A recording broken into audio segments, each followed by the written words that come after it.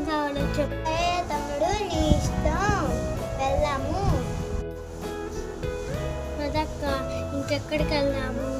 ఇక్కడ వస్తుందా ఫ్యాన్సీ స్టోర్కి వెళ్దాం. సరే అక్క, పదమ్మా.